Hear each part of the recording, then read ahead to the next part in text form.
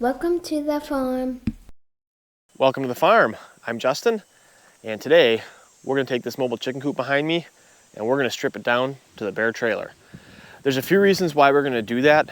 The main reason is we have significantly downsized our flock size, and that's because we just haven't been selling as many eggs. We haven't been advertising it as much, pushing it as much, and with feed costs the way they are, it just makes sense to have a smaller flock.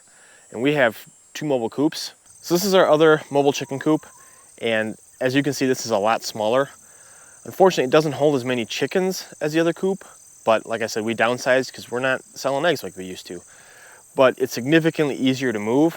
All I gotta do is fold up the ramp, back up, hook up to it, move my 2 wheel chocks, and drive away. The other one is a lot more complicated. And the big reason for that is the way the trailer is set up. So it's only on a single axle, only got 2 wheels, and I had to lower everything to keep the center of gravity down and to make it easy to get in and out of the coop. So this hitch ended up extremely low, and we can't move this with the gator. We can only move it with the tractor and the 3-point. So to start, I have to back the tractor in, pick up the hitch, remove the cribbing. Then I'd have to fold up the ramp, remove whatever wheel chocks I had holding the wheels in. And then since I extended this coop back so far from the axle, I had to have blocks up underneath the coop, because sometimes when you stood on the back, the trailer would actually pivot up and slam onto the ground. So I had blocks under here too. So I had to take those out, move those.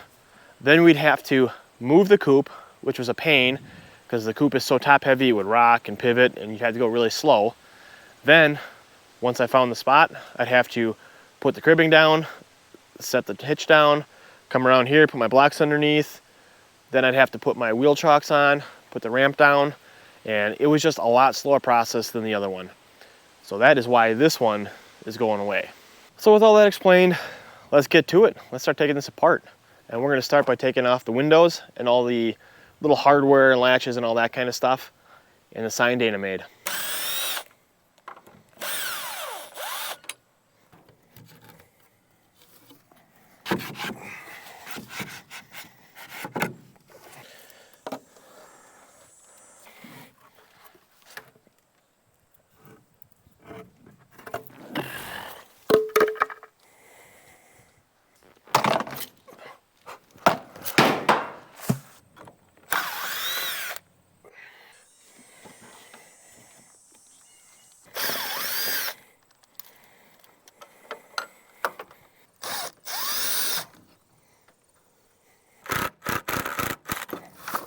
All right, so now that we got all the hardware and stuff stripped out of here, before I start actually taking the shell apart, I think what we're gonna do is shovel all this remaining bedding and chicken poop out of here just to make it a little more pleasant to work. Let's grab the tractor.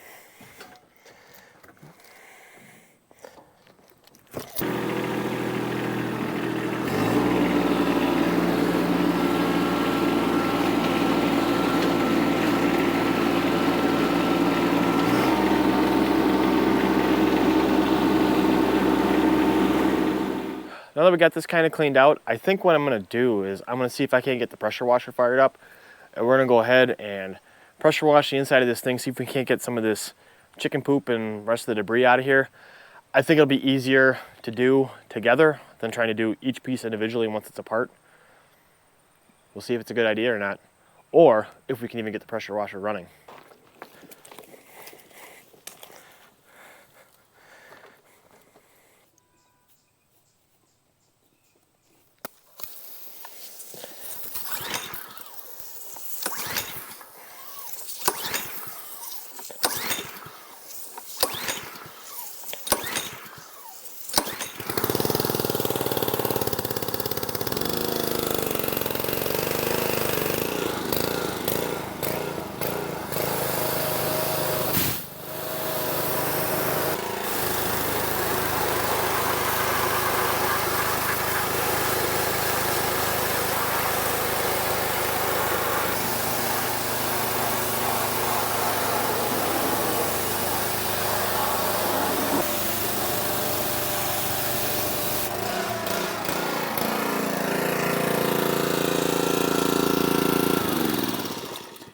All right, so I spent a good 15 minutes washing the inside of this thing out.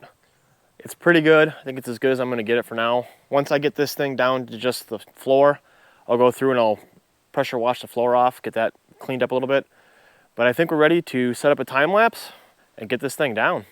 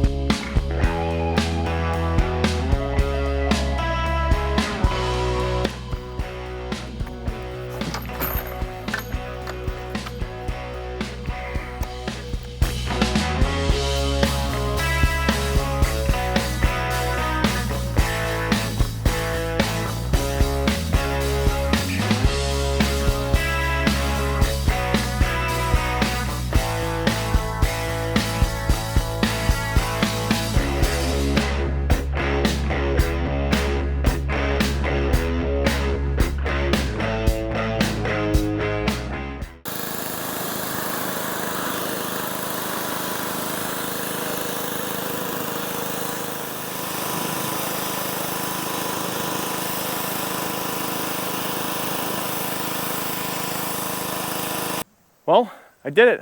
I got it down to just the platform. And let me tell you, that was a lot more work than I anticipated. And it is super hot. I am super overheated.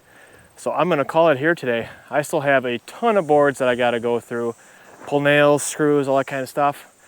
But I just don't have it in me. So I just wanna say thank you so much for watching, and we'll see you in the next one. Bye.